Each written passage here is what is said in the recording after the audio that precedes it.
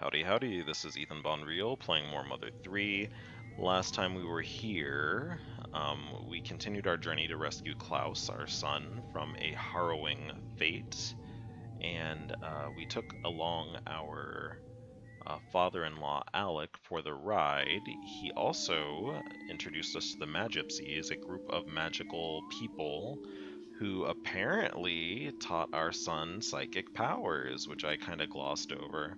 Unfortunately for us, they just kind of gave him psychic powers and let him loose and threw him out in the universe. So we gotta keep working on rescuing him. This time around, we are running into weird pig people. Okay. I don't know what the fuck that was about, Mom. Alright, we get in here. Ba ba ba ba ba. You actually might recognize this device from Earthbound. There is a device that looks exactly like this, but it does not have a pig snoot on it, so that's weird, that's suspicious. Some strange stuff you've never seen before is laying here. Okay. Let's see, they went down this way, right? Oh, I can't jump from here. They're pretty athletic if they can make that jump, right? So this is actually a kind of long sequence of this game. So you kind of need to be ready to like actively be using your items if you have them, basically, so that you can heal when you need to, because you're gonna be fighting a lot of shit on the way up here.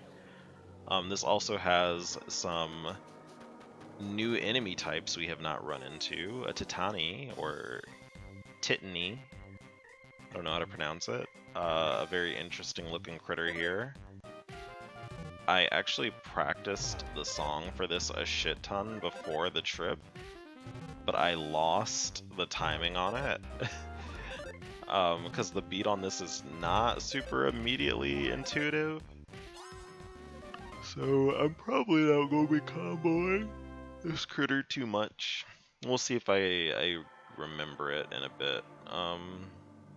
Let's see, I can cross the bridge here. Interesting, interesting. Oh, hello? There's a fucking vulture here. It's a balding eagle.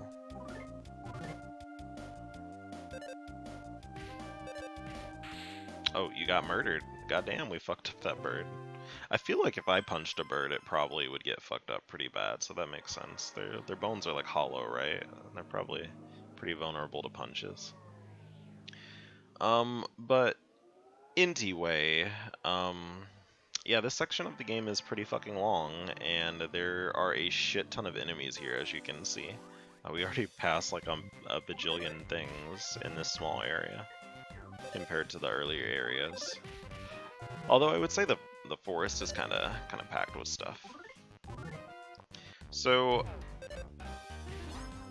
something this game does is they do a good job of introducing enemies that are enemies and situations with the enemies that like harken back to the previous games but are a little bit different. The Titanies were enemies that were both, I'm pretty sure, in Mother 1 and Mother 3, or Mother 2, so Earthbound and Earthbound 0. But they were kind of a bit more imposing in those games. You didn't really encounter them this early, which is interesting. It does let you kind of like know what to expect a little bit when you recognize enemies that you have seen in the previous games that have like certain gimmicks associated with them. But I don't know. It definitely adds to that feeling of I do not know what the fuck is going on in this game, because again, it's really hard to tell if this game is like supposed to be a sequel to Earthbound or not. And I think that is an issue people have struggled with. If you look through a lot of Mother 3 theories and content, a lot of them are like, is X character secretly a character from Earthbound? And X isn't me covering spoilers, it's like literally, like, insert completely random fucking character in the game. insert random character in the game there, and they will just be like, this person's from Earthbound. Flint is actually a very popular one for theories. People are like, Flint is actually adult Ness, and it's like, no, Ness did not become a fucking cowboy. You bingus. This isn't Ness. And that's okay. It doesn't need to be Ness. Not everything needs to be directly connected at all times. People kind of do that with Zelda games a bit, but Nintendo leans into it, which is whatever. I don't think people always need to be related to other people. They just kind of sometimes can stand on their own. There doesn't have to be a connection between everything. For the discerning YouTube fanatic to make a theory video about. But that's okay. I also don't mind it when there's connections. It's just like, I think sometimes people try to force stuff like that in situations where the characters or the presence of certain aesthetics can kind of stand on their own without necessarily needing there to be a direct connection. Actually should not have thrown away that bomb, but also I threw away the bomb and that's okay. I do need to, like, I'm gonna get rid of this because this is a weaker healing item. There we go. Oh, and you know what I actually can do? So I didn't do this last part. I can throw away my items. So if you have noticed, in this game, there is not fucking money. All of the shops are free. So you don't really need to sell shit. And that means you can just throw stuff out of your inventory. You don't have to really hoard things to sell them back to stores. Hello? There's a frog here. Hello. Also, my neighbors, my upstairs neighbors are being really fucking loud. They have, like, at least 3 dogs up there, and they're pretty well behaved. But holy shit, the second they get home, or their owners get home, they, like, lose their fucking minds and scream for, like, 20 minutes straight. Oh, hello. It's a baby Drago.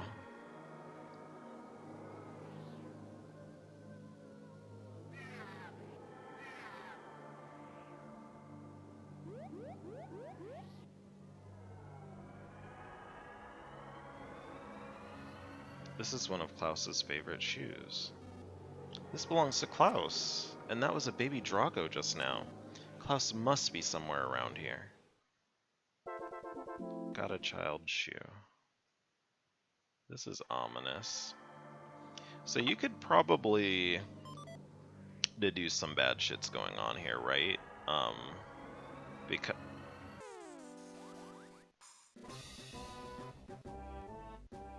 Girl, that tree just attacked us. Hello?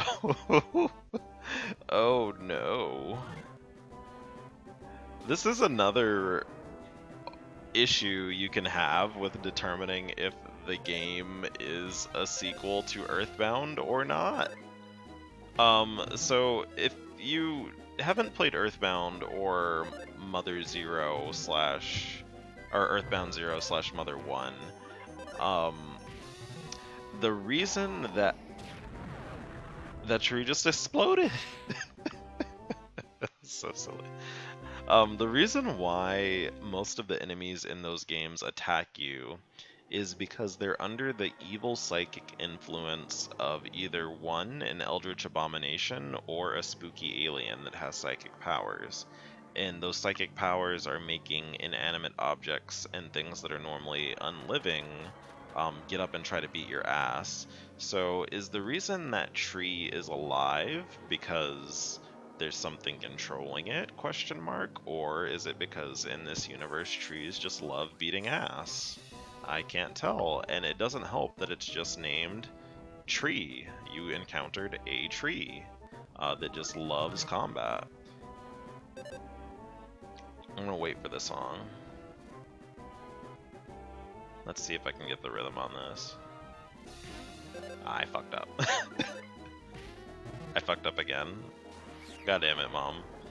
So, this song is actually a variation of a previous song we were listening to, where it slightly alters the rhythm if you're trying to time for combos. What is... Fuck off, tree, bro. That's actually fine, because we should get low and then just heal to full after we kill all these. Boom, boom, ba-dum, ba-dum.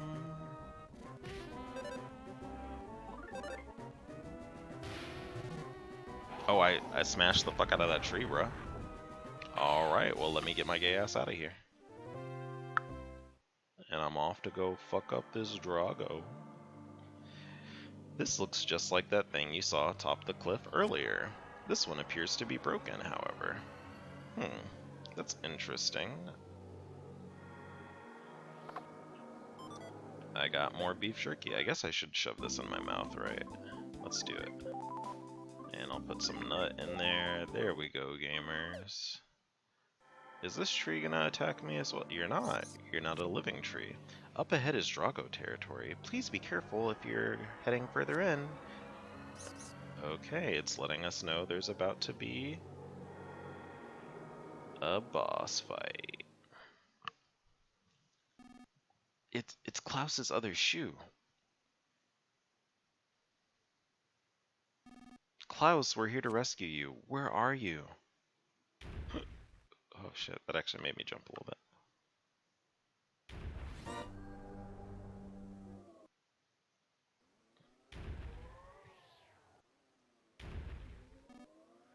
What is that? That's not a Drago anymore. I have a bad feeling about this.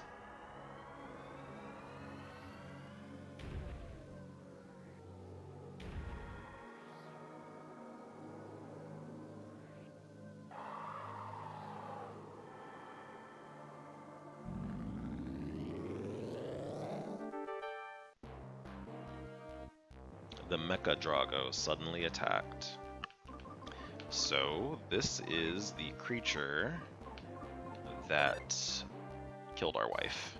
And you can actually see if you look at its sprite, it is missing one of its fangs, which is the one that actually killed her that we have fashioned into the knife that we will use to defeat it.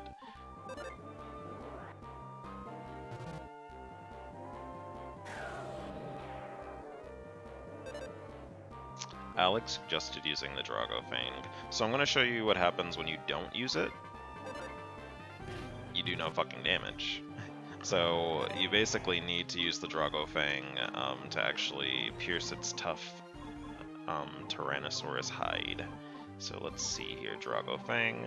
This is actually a key item. So it was mentioned that this was made into a knife for us to be able to attack the Drago, but it's not actually an equipable item, it's a key item. This is basically just what you use to lower his defense. This boss fight actually isn't too hard. If you are good at the combos for this song, it's actually... Fuck. If you're good at the combos for this too, it actually is like very easy to beat this in like maybe 4 or 5 turns. I'm like clicking a little bit too fast.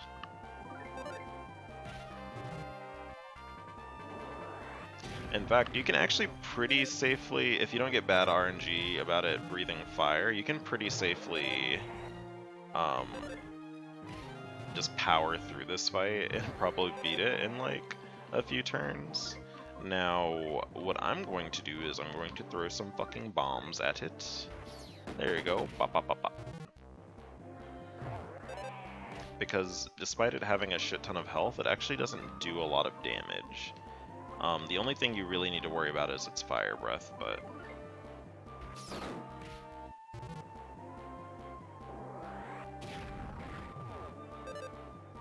we are Gucci because we have the power of yogurt. We're just gonna dabble yogurt directly into our wounds. There we go.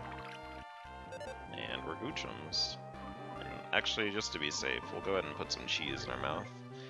Flint ate the peculiar cheese. Luckily, Flint loves cheese, so he healed 60. You actually heal variable health depending on your character's relationship to cheese. If you have a good cheese relationship, then you heal a shit ton. And if you do not, you heal a little tiny bit. Oh, the Mecha-Drago tried one last attack.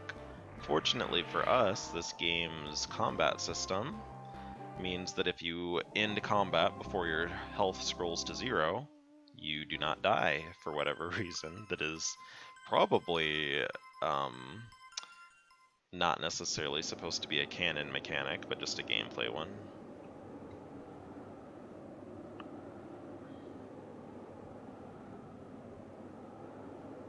And so looking at this creature, you can kind of see the theme that's going on here. Whatever those pig soldiers are doing to these creatures is turning them into cyborgs that are aggressive towards other things. So, it looks like this Drago that we met at the start of the game was captured and turned into a cyborg on one of those little platforms that we went past earlier. And it made it become uncontrollably violent and attack our wife and kids despite being friends with them.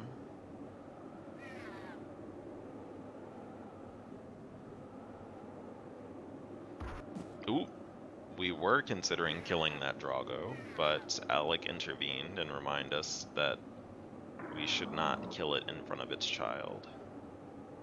Unfortunately for it, though, it is already deceased. And you see a single tear fall down its cheek as it passes away.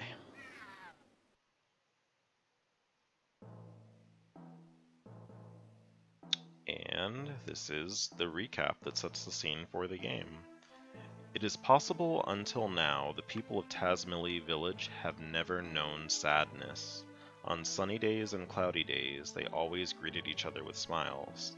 They lived in harmony with the creatures of the forest. The strong would help the weak, and those who had would share with those who had not. But now it appears that the villagers have learned all too much about sadness. Suddenly, everything is changing for the worse. When did this change begin? Where did it begin? And what set it in motion, and why? Almost as if they were toys, the peaceful animals are being transformed into strange, ferocious creatures that attack people. Some people, like Flint, have even had their families torn apart. Just what is going on with these suspicious people? With the suspicious group called the Pig Masks? I'm sorry, I'm like ad-libbing a little bit. What are these eerie objects that soar through the once beautiful skies? And where could the missing Claus be? The mysteries continue to pile up, and so the tale first begins as a tragedy. So you kind of could figure out what was going to happen to Claus because this game has very clear language about how they handle tragedy. We found a piece of Hinawa's dress, that meant she was fucking dead, and we found one of Klaus's shoes, that meant he was also dead. So, you know, just keep that in mind for the future, because that is kind of how the game works. But in the meantime, and Ethan Bontween time, I'm Ethan Bonreal, and we are going to cut the video for now. We will get started fresh now that this chapter has ended in the next video.